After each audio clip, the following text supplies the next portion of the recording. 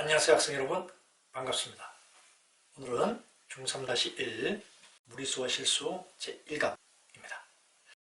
제곱근을 공부할 때 선생님은 먼저 실수 체계를 한번 살펴봤고, 그때 유리수와 무리수에 관해서 기본적인 설명이 다 됐기 때문에 오늘은 좀 편하고 쉽고 빨리 진행이 될 수 있을 겁니다. 그렇지만 다시 실수 체계의 실수의 분류를 살펴보도록 하겠습니다. 중학교 3학년이 수학과정으로 봤을 때 매우 중요하다고 생각합니다. 물론 이미 얘기한 대로 고등학교 수학, 특히 고1 과정과 굉장히 유사한 과정, 유사한 기회로서 진행이 된다는 이유도 있지만, 근본적으로는 중3부터 고급 수학이 시작된다고 보는 겁니다. 그 이유는 두 가지인데, 하나는 수의 체계가 실수에까지 확장이 된다는 데 있죠. 실제로 존재하는 모든 수를 다뤄나간다. 그것이 중3입니다. 또 하나는 곧 배우게 될 인수분해, 식의 인수분해 능력을 중3 때 비로소 갖게 된다. 이렇게 수의 체계가 실수에까지 확장이 되고, 또 식도 분해할 수 있는 능력을 가지고 있어야지만이 고급 수학이 가능해지기 때문에 그렇습니다. 어쨌든 그 중요한 요소 하나인 수의 체계를 잘 이해해놔야 됩니다. 보통 수그럼 바로 이 실수를 의미한다고 할 수 있습니다. 그래서 유리수, 무리수로 나뉘어지고, 다시 유리수는 정수와 정수 아닌 유리수로 이루어지고, 정수는 자연수인 양의 정수와 음의 정수로 이루어지고, 또 정수가 아닌 유리수는 중학교 2학년 때 공부했듯이 유한소수와 순환소수로 이루어집니다. 이 순환소수가 순환하는 무한소수죠. 그리고 이 무리수는 순환하지 않는 무한소수입니다. 그래서 경계가 이 순환소수와 무리수가 유리수냐 무리수의 경계를 이루고 있다고 할 수 있습니다. 이 전체 수의 분류에서 제일 중요한 게 뭐라고 했죠? 유리수입니다. 이 유리수가 저 실수의 딱 중심을 잡고 있는 거예요. 유리수의 정의 다시 합니다. 외우고 있습니까? 반드시 외우고 있어야 된다 그랬죠? 0이 아닌 정수분의 정수인 분수의 꼴로 나타낼 수 있는 수. 수식으로는 A분의 B, A, B는 정수이고 A는 0이 아니다. 꼭 기억을 해야 됩니다. 그렇다면 무리수의 정의도 자연스럽게 나올 수 있다고 그랬죠? 무리수의 정의는 0이 아닌 정수분의 정수인 분수의 꼴로 나타낼 수 없는 수다. 그래서 흔히 무리수를 순환하지 않는 무한소수 또는 유리수가 아닌 실수라는 대답은 성질을 나타내는 말이긴 하지만 정의는 아니다. 반드시 정의를 잘 기억하고 있어야 된다. 그것을 강조합니다. 그 다음 중3에서는 이 제곱근표, 일종의 어림한 값의 표를 제시하고 있어요. 이거는 중3부터 고등학교 진학하게 되면 매년 이런 어림한 값의 표가 나타나는데, 중3에서 나타나는 것이 제곱근표입니다. 제곱근표는 이렇게 생겼다는 것을 알고 있죠? 혹시라도 모르는 학생들은 본인이 가지고 있는 중3 책 그 어떤 거든지 제일 뒷부분을 펴보면 제곱근표가 항상 있습니다. 요 수라고 해놓고 세로열에서는 1.0, 1.1, 9.9, 10, 즉 9.9까지는 0.1 단위로서 나타내져 있고, 10서부터 99까지는 1단위로서 나타내져 있어요. 그래서 1.0에서부터 99까지. 또 가로열은 0에서부터 9까지입니다. 제곱근표를 보는 방법은 매우 쉽죠. 여기서 나타나는 수의 양의 제곱근을 어림하여 나타낸 값이다. 어떻게 어림했느냐? 소수 이하 세 자리까지 표현되고 있습니다. 그래서 예를 들어서 루트 10.7이 얼마냐라고 했을 때, 즉 10.7이라는 값에 양의 제곱근을 나타냈다 했죠? 그러면 찾아봅니다. 10.7을 17 가로열 10 세로열 7 해서 3.271이라는 값을 알 수가 있습니다. 어렵지 않으니까 찾는 것은 문제가 안 되겠고, 다만 암기하고 있어야지 편한 것 값 두 개가 있습니다. 루트 2와 루트 3 정도는 물론 문제에서 다 제시가 되겠지만 알고 있는 것이 좋다. 1.414, 1.732 이 정도는 알아두기 바랍니다. 수직선은 실수를 나타내는 점들 전체로 완전히 메울 수 있다. 어려운 말로 실수의 연속성이라고 얘기합니다. 무슨 얘기냐 하면 여러분들이 중3 되기 전까지 알고 있는 수직선은 선으로 나타내지만 비율을 해서 아주 비싼 것까지 확인할 수 있는 그런 현미경으로 확인한다고 한다면 듬성듬성 빈 곳이 있다는 얘기죠. 그런데 실수는 완전히 채워져 있다. 더 집어넣을 곳이 없다. 그런 뜻입니다. 완전히 메워진 수직선을 비로소 공부를 하고 다루게 된다는 얘기죠. 물론 이 실수가 얘기하는 것은 유리수와 무리수 이 두 가지로서 채울 수 있다. 그런 얘기겠죠. 좀 부연해서 얘기하면 실수의 연속성 말고도 실수의 조밀성이란 말을 질문을 하는 학생들이 있습니다. 조밀성이라는 것은 매우 많은 수가 밀집되어 있다라는 소리인데, 예를 들자면 두 유리수 사이에 무수히 많은 유리수가 존재하겠죠. 이런 것을 가리켜 유리수의 조밀성이라고 얘기합니다. 똑같이 무리수와 무리수 사이에도 무수히 많은 무리수가 존재합니다. 그 어떤 무리수와 무리수 사이에도. 이것은 정수와는 성격이 다르죠. 정수는 임의의 정수 사이에 무수히 많은 정수는 존재하지 않아요. 그래서 유리수와 무리수는 조밀성을 갖습니다. 당연히 실수도 조밀성을 가져요. 그러나 유리수와 무리수와는 달리 실수는 조밀성뿐만 아니라 완전히 메워져 있는 연속성을 가지고 있는 거죠. 유리수와 무리수는 조밀성을 가지고 있더라도 연속성은 갖지 못합니다. 그래서 이런 내용들이 궁금한 학생들은 정리를 하기 바랍니다. 두 번째, 모든 실수는 수직선 위에 하나씩 나타날 수 있고, 자, 수직선이 있어요. 예를 들어서 루트 3이라는 수가 정해졌어요. 그러면 이 루트 3에 해당하는 어떤 점 하나가 반드시 나타난다, 존재한다, 그런 얘기고요. 반대로 어떤 점에 대하여 이 점이 어떤 값인가 조사해보면 반드시 어떤 하나의 실수값으로 나타날 수 있다. 그런 얘기가 됩니다. 이 얘기를 고등학교 올라가면 하나의 실수와 수직선 위에 있는 어떤 한 점은 1대1로 대응한다. 이런 말을 쓰기도 합니다. 자, 이 두 가지 성질도 꼭 정리를 해야 됩니다. 두 실수 A, B의 대소관계는 의외로 파악하기는 쉽습니다.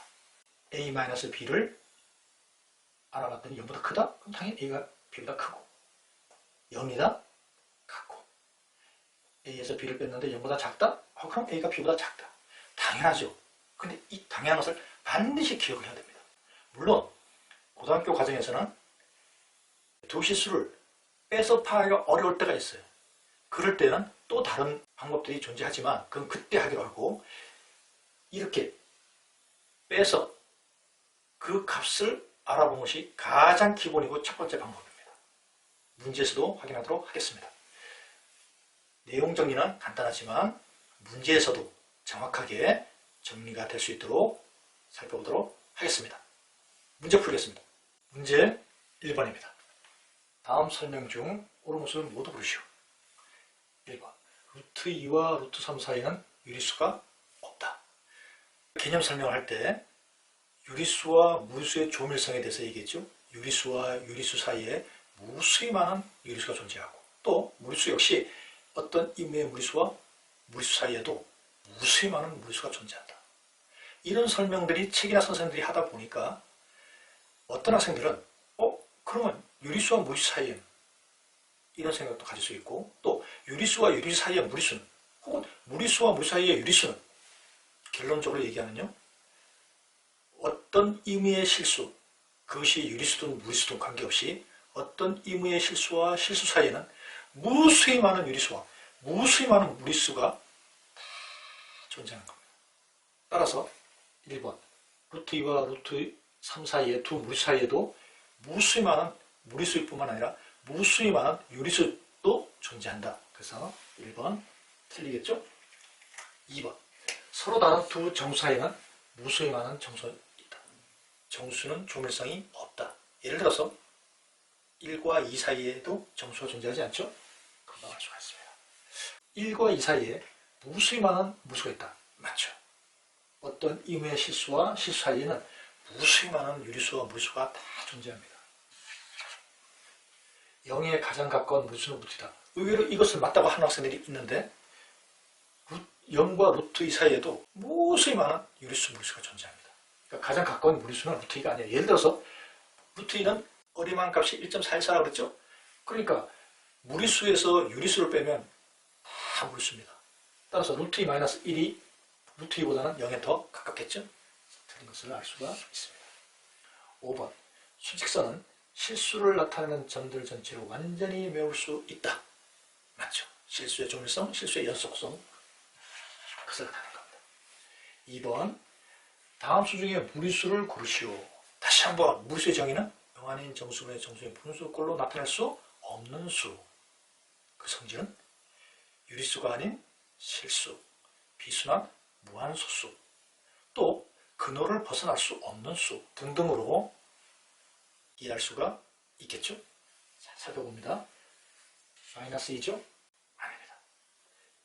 무리수가 맞아요. 자, 이런 비율을 기억하자 그랬죠? 적어도 20의 제곱 이내의 완전제곱수는 기억하고 있어야 된다. 10의 제곱부터 20의 제곱까지 한번 다시 합니다.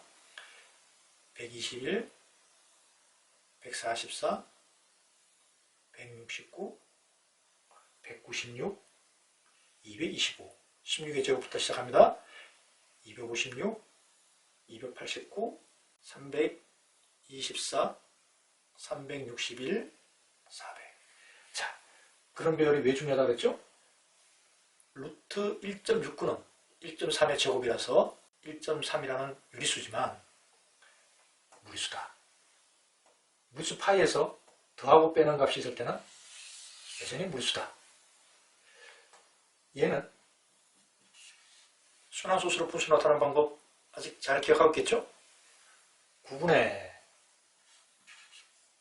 17 마이너스 1, 즉 마이너스 9분의 16.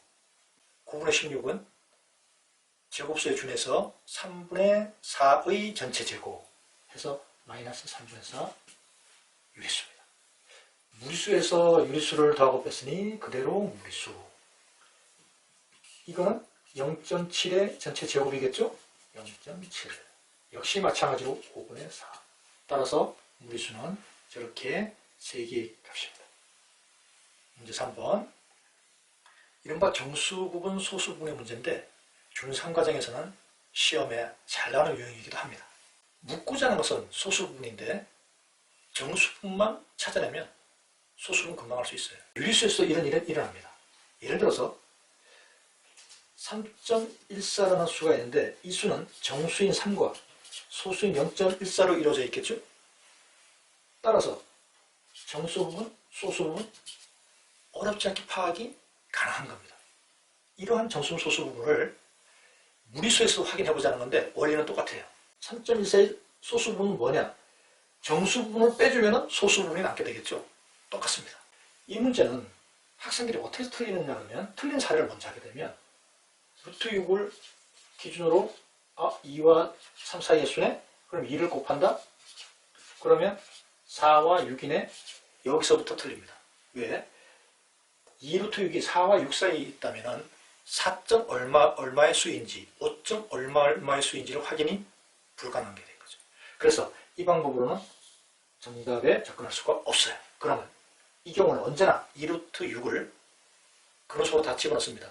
양방향으로 다 자연스럽게 이동이 가능하도록 연습이 되어 있어야 된다 그랬죠? 루트 24가 되겠죠? 4가 곱해지니까.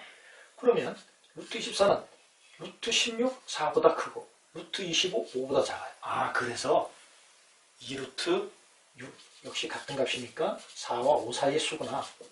그렇다면 정수 부분은 당연히 나왔죠? 4. 그럼 소수 부분은 B는 당연히 2루트 6에서 지금 구한 정수분 4를 빼면 됩니다. 정수 소수분의 문제를 두 문제 선택한 이유가 하나는 이렇게 근호 밖에 있는 값을 처리를 어떻게 해야 된다라는 것을 알기 위함이고 2번은 무리수 앞에 음수보호가 있는 경우의 처리입니다. 그러면 그 시작 기준값은 루트 3이에요. 1보다 크고 2보다 작다. 각각을 음수로 취해요. 마이너스를 곱하면 부동호 방향이 바뀌죠. 그 방향을 순방향 마이너스를 이쪽으로 갖다 놓고 7 마이너스 루트 3은 각각 7을 더하는 거겠죠.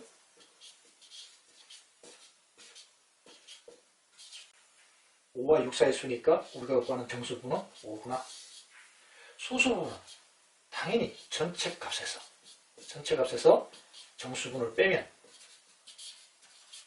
이렇게 소수분을 봐야 됩니다. 정수분, 소수분의 문제는 크게 어려운 게 아닌데 학생들이 잘 이해를 못하는 경우도 있는데 지금 다시 한번 살펴보고 구조적으로 단순하다는 것을 알면 편하게 정리가 될 겁니다. 문제 4번. 대소관계를 비교하시오. 이런 형태는 사실 편하죠. 왜? 똑같이 1이 있으니까 똑같이 1이 없다고 생각하면 되는 거죠. 그러면 당연히 루트 3이 루트 2보다는 큽니다. 여기도 3과 2가 있으면 똑같이 2를 빼줘요. 그럼 1과 루트 2를 비교하는 것과 똑같겠죠? 당연히 루트 2가 큽니다. 양변에 이렇게 동일한 값들이 있는 거는 무시하고 하면 돼요. 마이너스 루트고 마이너스 루트가 있으니까 양변에 루트 5, 루트를 더해버리면 4와 루트 17에 비교해요. 4는 루트 16이니까 더 적겠죠? 여기도 마찬가지. 0과 2 마이너스 루트 7과의 비교해요. 따라서 당연히 0이 더 큽니다. 이런 대소관계를 펴냈는데 문제 5번과 같은 대소관계도 시험에 출제가 잘 되는데 이런 경우 객관식 같으면 근사값 가지고도 어느 정도 접근이 가능하지만 주관식 서술형 문제로 주면 그렇게 근사값 어림한 값으로 풀게 되면 점수를 많이 받지 못합니다. 어림한 값을 생각을 하고 있어야 돼. 그래야지 어디서 또 어디를 빼는가가 편하게 나와요. 3개의 수니까 빼는 것을 3번 할 수도 있고 2번 할 수도 있어요. 그러니까 그런 것을 염두에 두려면 어떤 게 좀 더 크겠다. 지금 보면 이 값은 대략 2. 얼마 1.4, 2.8, 2.8을 빼니까 B도 2. 얼마 C가 제일 적겠구나. 이건 우리가 알 수 있다는 거죠. 따라서 A와 B의 비교를 하는데 잘 모르겠으면 대소관계의 가장 기본이 뭐라 그랬죠? 두 수를 빼본다. A에서 B를 빼볼 겁니다.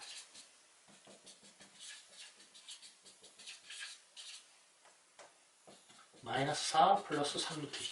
3루트 2가 루트 18입니다. 4는 루트 16이고 따라서 이 값은 0보다 크다. 그렇다면 A가 B보다 크겠구나. 따라서 결론은 A가 제일 크고 B가 그 다음 C가 제일 작게 나타나겠죠. 문제 6번.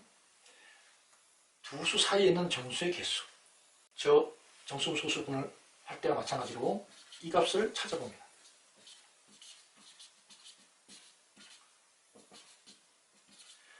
마이너스 4와 마이너스 3 사이에 있는 수구나. 역시 이거 찾습니다.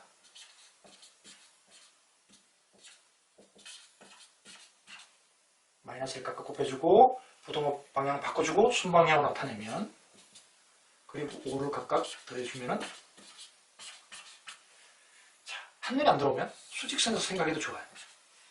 마이너스 4와 마이너스 3 사이에 있는 값이고 여기는 3과 4 사이에 있는 값이다. 그러면 이 사이에 존재하는 정수값은 마이너스 3, 마이너스 2, 마이너스 1, 0, 1, 2, 3 해서 7개가 됩니다. 무리수와 실수 영역에서 또 하나 빠지지 않는 유형 중에 하나가 오는 칸으로 표시한 정사각형을 이용해서 무리수의 값을 물어보는 문제예요. 실수의 중요한 성질은 뭐였죠? 실수의 모든 값은 수직선 위에 있는 모든 점에 하나씩 짝져진다. 1대1로 대응한다. 라는 얘기를 했어요. 그러니까 여기서 이 값도 하나의 길이가 있으니까 이 길이가 이렇게 넘어질 때 이 값이 나타날 거예요. 그래서 이런 값을 찾을 때 선생님은 세 가지를 기억하는 거예요. 세 가지. 첫째, 기준점. 정사각형의 한 변으로 나타나는 성분이 움직이는 거예요. 이렇게 툭 넘어져서 수직선 위로 대응이 되는 거죠. 근데 마이너스 1이라는 점이 움직이지 않고 고정된 점이에요. 그래서 기준점을 마이너스 1이다. 두 번째, 방향입니다. 무슨 얘기냐? 이 성분 AD가 이렇게 움직이는 거죠. 그죠? 그렇다면 양의 방향으로 움직이는 게 아니라 음의 방향으로 움직입니다. 그래서 음의 방향. 세 번째, 길이. 이 길이는 어떻게 구하느냐? 이 내부에 있는 정사각형의 한 변의 길이겠죠? 따라서 큰 정사각형이 16인데 요 직각삼각형 하나의 넓이가 1.5, 4개 16에서 6을 빼면 10. 따라서 파란색으로 나타나는 정사각형의 한 변의 길이는 루트 10. 그러면 P의 좌표가 나타나겠죠? P의 좌표. 기준점에서 방향, 길이 이렇게 해서 P의 좌표가 나타납니다. Q의 좌표도 동일한 방법으로 찾아낼 수 있겠죠? 그러면 이 B와 이 Q의 길이가 같다는 것은 이렇게 마치 선분이 넘어졌다, 막대기가 넘어졌다 라는 것과 같다면 이 선분의 기준점은 뭐냐? 이 점이 안 움직입니다. 따라서 그 좌표가 1이겠죠? 기준점은 1이다. 방향은? 얘는 음의 방향으로 넘어졌지만 얘는 양의 방향으로 넘어집니다. 길이는? 이건 우리가 너무 잘 알죠? 1 루트 2. 따라서 점 Q의 좌표는 기준점 1, 방향, 양의 방향, 선분의 길이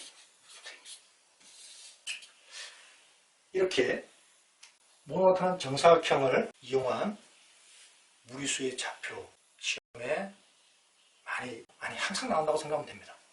저런 유형도 잘 정리하기 바랍니다. 다음 강의는 이제 드디어 근호를 포함한 식계산의 영역으로 넘어가는데 그 제1강 제곱근의 곱셈과 나눗셈 시간입니다. 수고 많았습니다.